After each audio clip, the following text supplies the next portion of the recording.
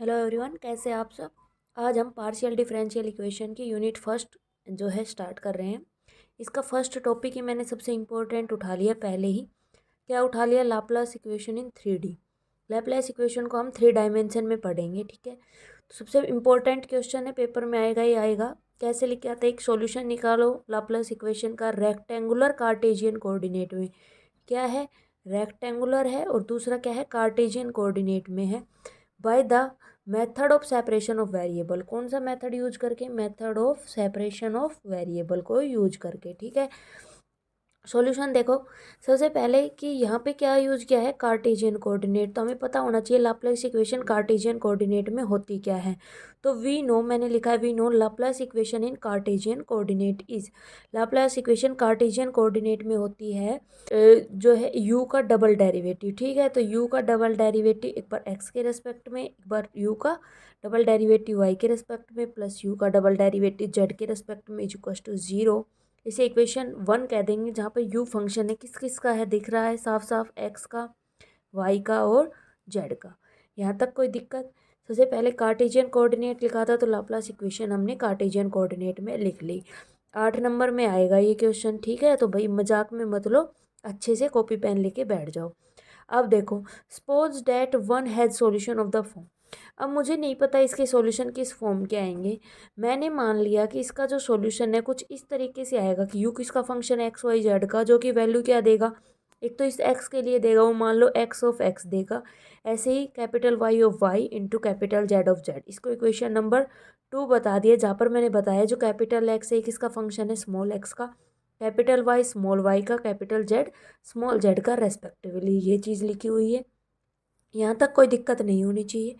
अब यहाँ से देखो फ्रॉम सेकंड, सेकंड से मुझे देखो u का क्या चाहिए? x के रेस्पेक्ट में डबल डेरिवेटिव चाहिए। तो यानी कि मुझे इस u का x के रेस्पेक्ट में डेरिवेटिव करना होगा। यहाँ y के चाहिए तो यहाँ y के रेस्पेक्ट में भी करना होगा, z चाहिए तो z के रेस्पेक्ट में भी करना होगा। तो मैंने क्या किया? पहले u का x के रेस्पेक्ट में किया, ठीक है। जब u का 2 बार x के रेस्पेक्ट में हो करोगे तो इस x का होगा, ठीक है। तो क्या हुआ? डबल डेरिवेटिव कैपिटल x का स्मॉल x के रेस्पेक्ट में। क्यों? क्योंकि कैपिटल x स्मॉल x का फंक्शन है। और y और z क्योंकि कांस्टेंट का काम करेंगे तो ये एज इट इज़ रहेंगे। ऐसे ही अब जब आप y के रेस्पेक्ट में निकालोगे तो ये x एज इट इज़ रहेगा। इस बार क्या होगा? इस y का डेरिवेटिव होगा और ये z एज इट इज़ आ जाएगा। सिमिलरली क्या होगा? z के रेस्पेक्ट में जब आप करोगे तो x और y एज इट इज़ रहेगा और इस z का डबल डेरिवेटिव हो जाएगा। इन सब को क्या करो? अब देखो आपके पास ये वाली वैल्यू आ गई, ये आ गई, ये आ गई। इन वैल्यू को उठा के फर्स्ट में रख दो। तो यहाँ से क्या होगा? फर्स्ट वाले की वैल्यू ये आई है, ये उठा के रख दी, प्लस सेकंड वाले की वैल्यू ये आई है। तो क्या किया है? एक्स और जेड को एक साथ लिख लिया और वाई वाले को फर्स्ट में लिख दिया। ऐसे ही इसको जेड वाले को ऐसे लिख दिया और एक्स वाई को लास्ट में is equal to 0।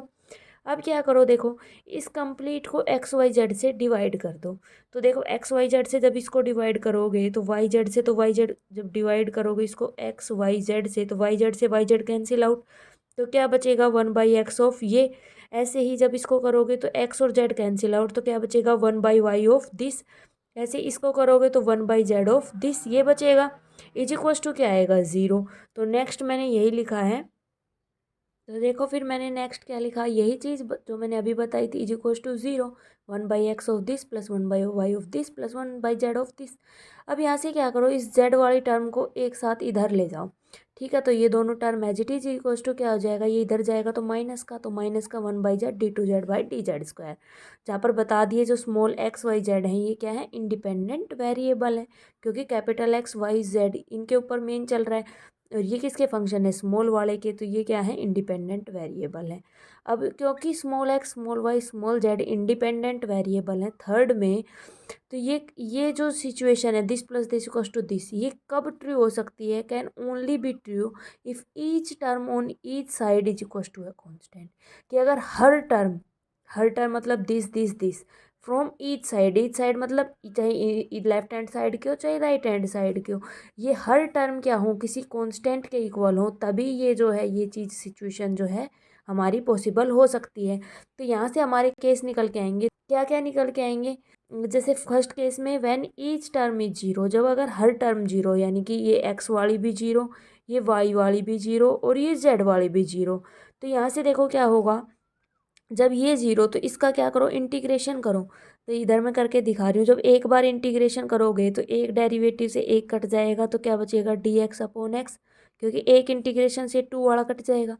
Is equals to क्या आएगा, जीरो का इंटीग्रेशन करोगे किसी कांस्टेंट उसको मान लो ए। अब इसका फिर से इंटीग्रेशन करो दोनों तरफ, ठीक है। तो यहाँ से क्या होगा, फिर से डिफ्रेंशिएशन से इंटीग्रेशन कैंसिल आउट हो जाएगा। तो x की वैल्यू मेरे पास क्या आ जाएगी, ए कांस्टेंट बाहर, dx का इंटीग्रेशन करोगे x प्लस कुछ क्या होगा, कांस्टेंट। तो वही लिख रखा है ए एक्स की वैल्यू क्या आ गई, ए एक्स प्लस बी। ऐसे ही जब इसका करोगे तो y की वैल्यू कुछ सी और डी ले लो तो सी वाई प्लस डी आएगी। ऐसे ही z का करोगे तो z की value E Z plus F आएगी। तो जो फर्स्ट का सॉल्यूशन है वो क्या कहता है, u x y z equals to क्या होगा, x of x into y of Y into z of z, यही था। तो एक्स की वैल्यू ये आ गई, वाई की वैल्यू ये आ गई, जेड की वैल्यू ये आ गई। ये तो हुआ जब अगर ये टर्म सब जीरो हो जाए। दूसरा केस होता है कि अगर ये किसी कांस्टेंट के इक्वल आए, ठीक है, तो उसके लिए केस सेकंड पढ़ेंगे। अब हम पढ़ेंगे कि अगर जो है सेकंड केस में कि अगर ये जो वैल्यू है किसी कांस्टेंट के इक्वल हो, मान लीजिए 1/x of this is equal to किसी m स्क्वायर के इक्वल हो, ये किसी n स्क्वायर के इक्वल हो, ठीक है। तो यहाँ से क्या होगा, इस x को इधर भेजो तो d2x/dx स्क्वायर की वैल्यू क्या आ जाएगी, m स्क्वायर एक्स। यहाँ से इसको इधर भेजोगे तो d2y/dy स्क्वायर की वैल्यू क्या आ जाएगी, n स्क्वायर वाई। एक तो ये दो चीज़ यूज होंगी, इनको सोल्व करेंगे। उसके बाद एक ये भी कर सकते हैं कि इसको इधर लेके आओ तो d2x/dx square minus m square x is equal to zero. ऐसे इसको इधर लेके आओगे तो d2y/dy square minus n square y is equal to zero. तो एक ही ये चीज़ हो गई।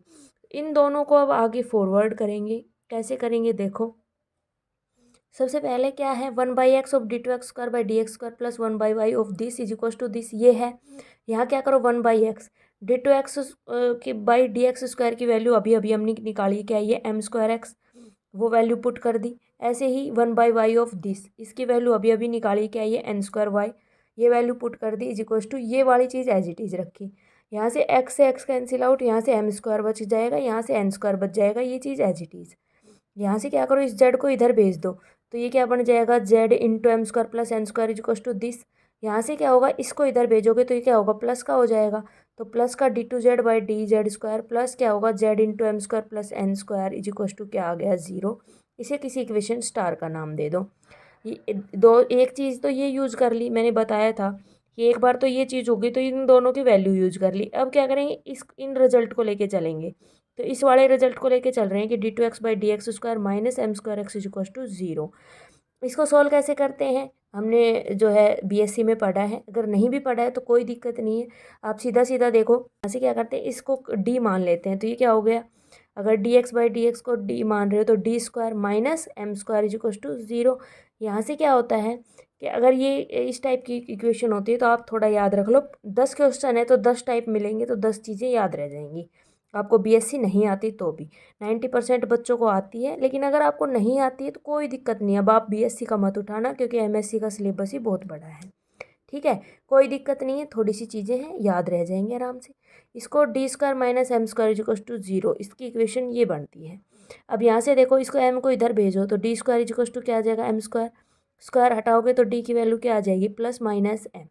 तो अगर ये प्लस माइनस एम इस टाइप का आता है तो जो इसका जो सॉल्यूशन होता है वो क्या आता है कि ई की पावर में जाता है। तो यानी कि कोई कांस्टेंट इंटू ई की पावर एम एक्स प्लस कोई कांस्टेंट ई की पावर, एक बार ये प्लस का एम, एक बार ये माइनस का एम एक्स, ठीक है।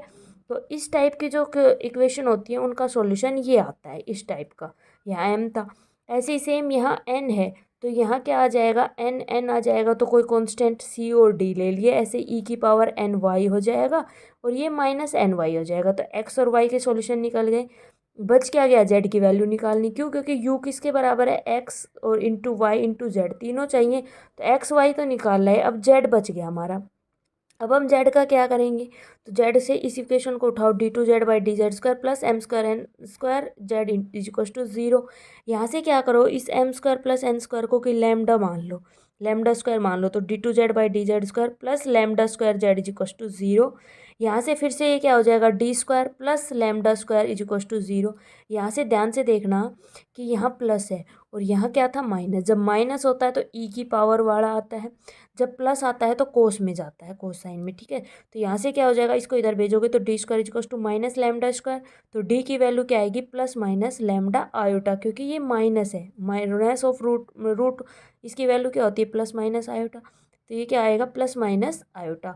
तो जब इसका सॉल्यूशन लिखेंगे तो जैसे देखो यहाँ प्लस माइनस एम आया था, आयोटा नहीं था, इमेजिनरी नहीं था, क्योंकि यहाँ माइनस था, इधर गया तो ये पॉजिटिव हो गया। लेकिन यहाँ पॉजिटिव है, इधर जाएगा तो आयोटा में आएगा।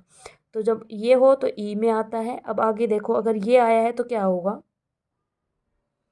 तो यहाँ देखो क्या होगा, ये ई तो एज इट इज ई को कोई कांस्टेंट आएगा, ऐसे ही यहाँ भी एफ कोई कांस्टेंट हुआ था, ई की पावर जेड बन जाता, ले अगर पॉजिटिव होता, यहाँ आए कोस लैम्डा जेड। ऐसे ही वहाँ क्या हो जाता है, ई की पावर, यहाँ क्या होगा लैम्डा जेड। ये चीज याद रखना। सोल्यूशन हो क्या बन जाएगा, u x y z is equal to x की वैल्यू आ गई इंटू वाई की वैल्यू जो निकाल के ले।